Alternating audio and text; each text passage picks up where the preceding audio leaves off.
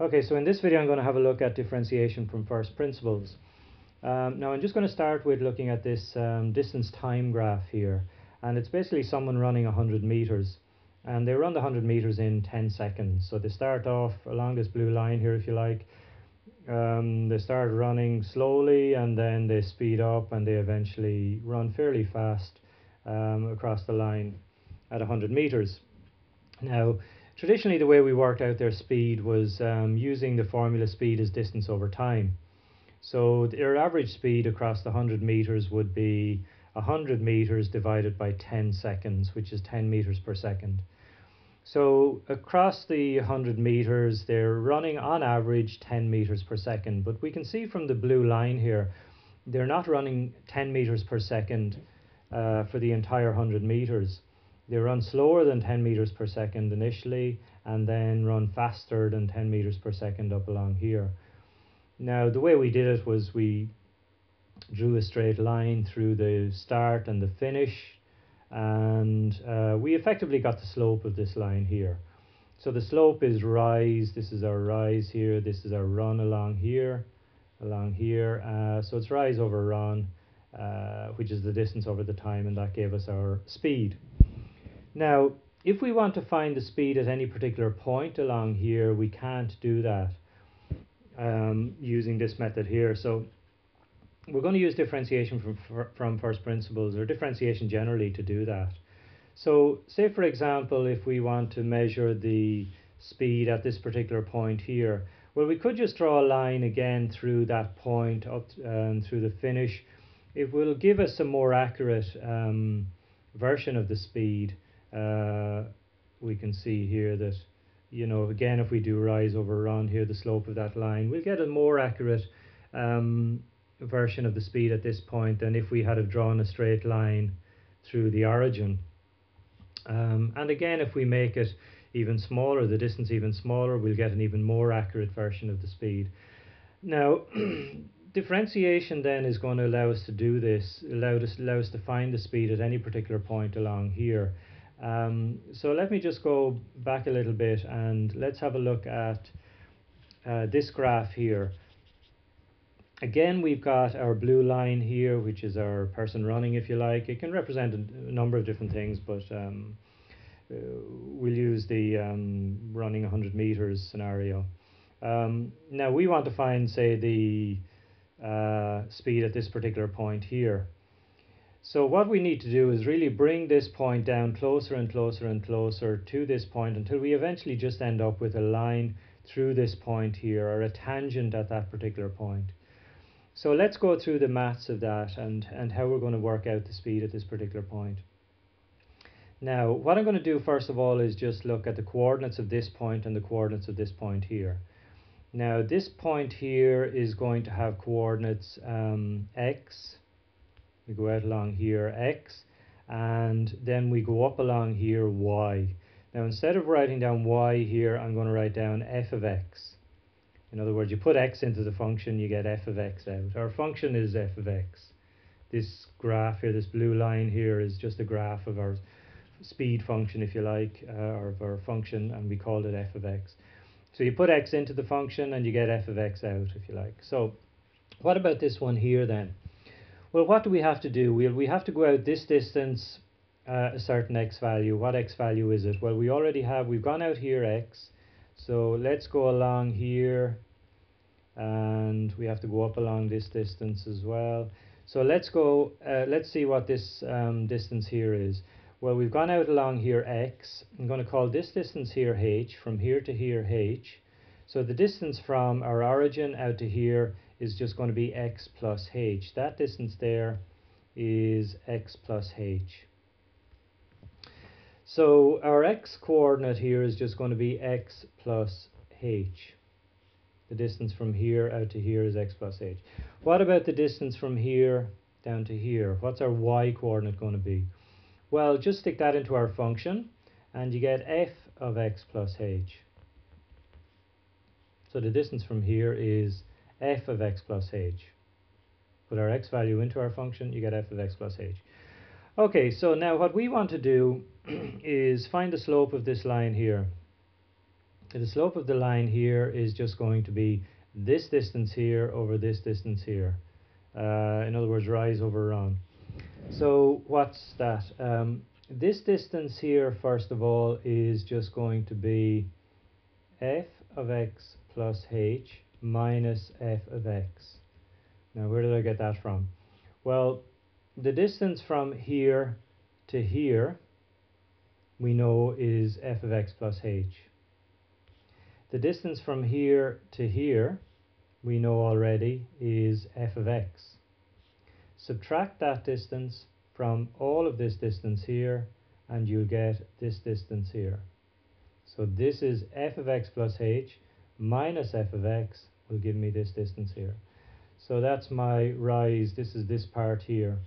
This distance here we know is h. Or if you like, it's x plus h minus x. It's all of this distance here minus our distance out to here. In other words, x plus h minus x, that'll just leave me with h here. So this will give me the slope of this line here. Now, what we want to do here really is bring this point down here until it reaches here. So what we really want to do here is, going back to our limits, we want to find the limit of this expression here as h here gets smaller and smaller and smaller and smaller and smaller until it eventually reaches 0 or almost reaches 0. So we want to find the limit of this function here as h goes to 0. So we want to bring this down here. We want h to become 0. And this here is our expression for differentiation. This is what differentiation is all about. So this here will give us the speed, if you take our speed example, the speed at this particular point here. So we can write this in a few different ways.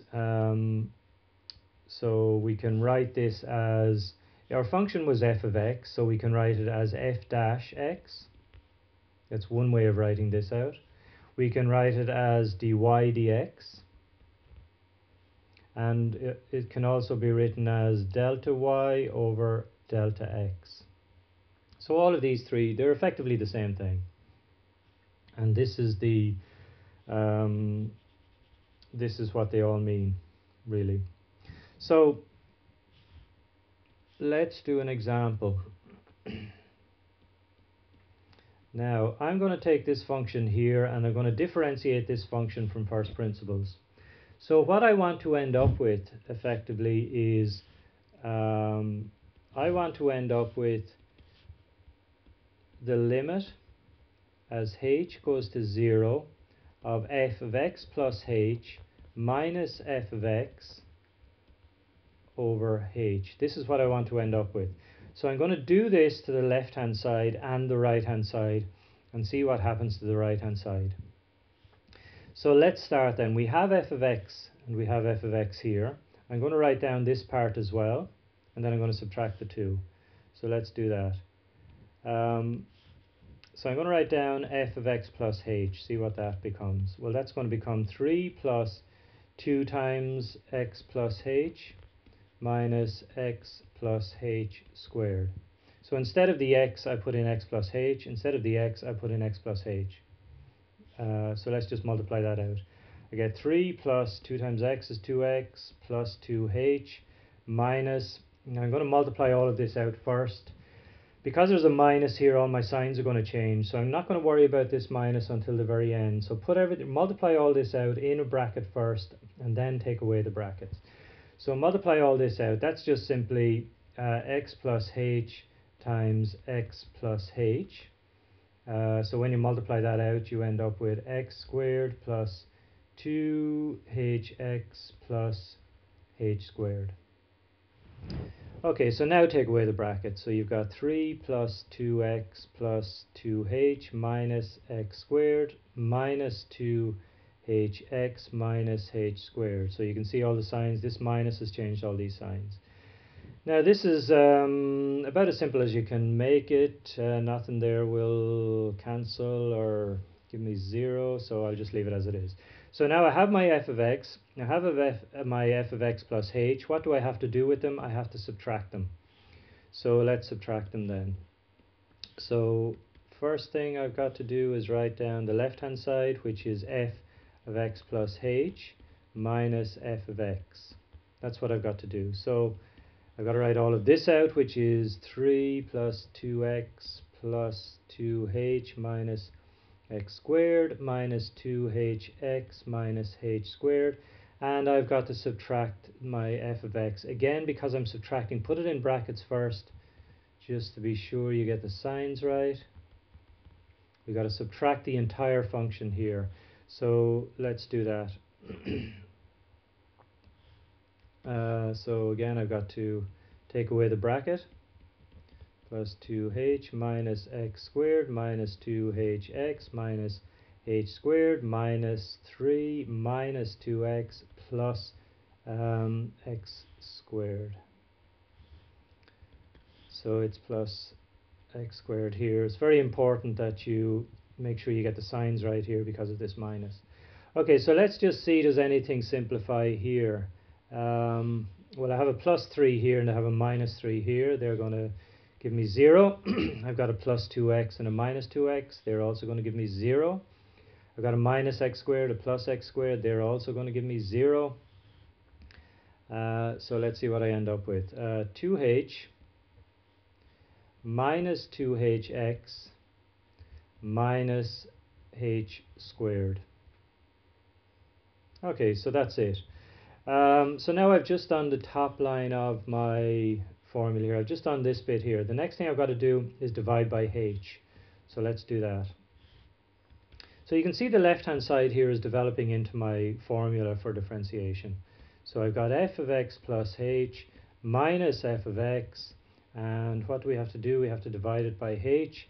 So let's do the same to the right hand side. Divide by h. Okay, so what does that give me? Let's see, we end up with, you got to divide this h into each of these three terms. So 2h divided by h will just give me 2.